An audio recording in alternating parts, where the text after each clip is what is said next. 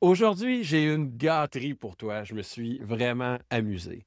Donc, hier, c'était le débat des chefs. Et si tu te souviens, l'été dernier, j'avais fait une machine à vérifier les faits pour le débat Trump-Biden. J'ai pris la même pour valider tous les faits qui ont été dits hier. La beauté entre le débat de cet été et celui d'hier, c'est qu'on a tellement plus d'outils pour faire encore un meilleur travail de vérification des faits. Pour pouvoir te donner cette vidéo-là tôt ce matin, j'ai dû l'enregistrer la veille. Donc, tu vas avoir deux David aujourd'hui, pas un mais deux, le David du matin et le David du soir. Donc, la partie du travail de David du matin est terminée. Je cède maintenant la parole à David du soir et j'espère que j'aurai pas l'air trop magané parce qu'aujourd'hui, j'ai une immense journée. Donc, je cède la parole à David du soir. Salut, changement de plan. Tu vas avoir David du soir, mais David du soir, il a fini vraiment tard. Fait que tu as David du lendemain de veille.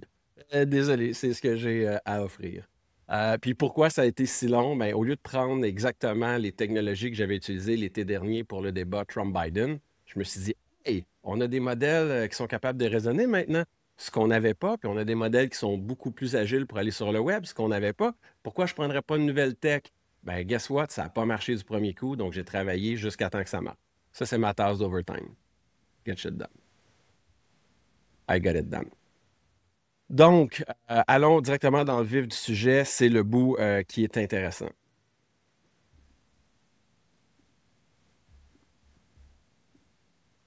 Donc, allons directement dans le vif du sujet. C'est pour ça que tu es là.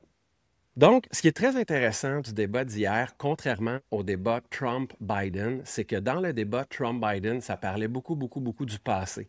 C'était comme un bilan de Trump contre un bilan de Biden. Donc, les candidats ici, là, ils disaient beaucoup de choses par rapport à eux-mêmes. Donc, l'économie était super, ou l'autre qui disait non, moi, l'économie, j'ai créé plus de jobs. Donc, il y avait des faits à vérifier. Hier, bizarrement, quand j'ai pris le transcript que j'ai fait pour après ça mettre des prompts dedans, les candidats, ils allaient vraiment pas beaucoup. Eux-mêmes ne disaient pas des faits, ils disaient des promesses. Et c'était les candidats adverses qui disaient des faits sur eux. Donc, des attaques, donc ils prenaient le passé pour attaquer les gens. Donc, c'est spécial, il n'y avait vraiment comme aucun bilan de la part des libéraux, comme si le nouveau chef faisait en sorte que le parti et que c'était tous des nouveaux candidats, puis que tout était flambant neuf. Donc, ce que j'ai dû faire, c'est au lieu de vérifier les faits émis par le candidat, j'ai fait à la place, j'ai vérifié les attaques. Donc, tu sais, il y a des choses qui ont été dites hier qui étaient quand même assez surprenantes. Puis là, tu te dis, ben, est-ce que c'est vrai ou c'est pas vrai? Wow! Donc, ça l'a emmené un angle différent. Puis ça, d'ailleurs, j'ai dû ajuster mes prompts par rapport à ça. Puis ça a été comme un autre travail supplémentaire. Allons-y.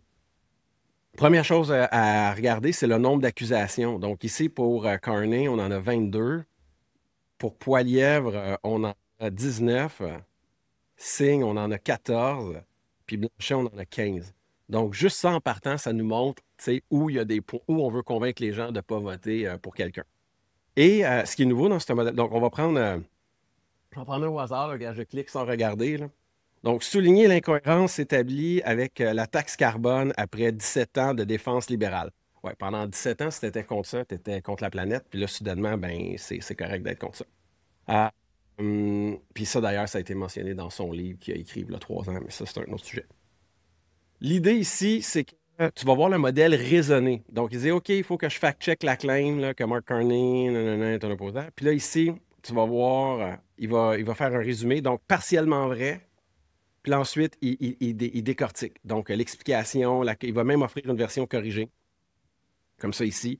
Puis les preuves à l'appui, puis tu as toutes les sources qui sont là dans les médias, évidemment, mainstream.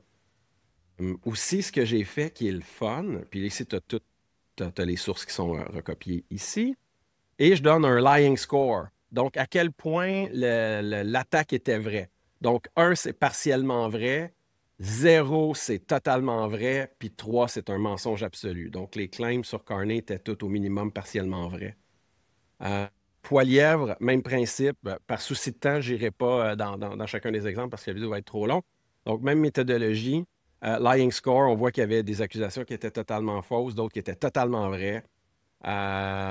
Donc, puis tu peux aller voir après ça dans le contenu de pourquoi du comment. Et une autre chose que j'ai fait du conservative fact-check puis du progressive fact-check. Donc, j'ai carrément fait de dire, OK, tu as un parti pris, tu ne cherches pas la vérité, tu cherches à défendre ton candidat, ben va faire du fact-check pour vraiment appuyer pour dire que l'accusation est vraie ou que l'accusation est fausse. Ça, pour vrai, j'aurais pu le refaire un petit peu mieux, mais il fallait que je ship ce matin. Tu sais, à un moment donné, c'est F it, ship it. Puis c'est ça que j'ai fait.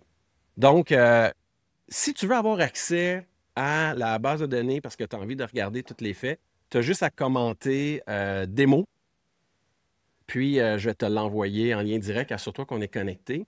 Si tu veux autre chose, si jamais tu es quelqu'un en moyen, puis tu aurais envie d'avoir un site web qui fact-check de façon systématique tout ce qui est écrit par Radio-Canada, la Presse, Journal de Montréal, envoie-moi un direct message. Je connais un gars qui serait assez willing pour programmer ce genre de site-là.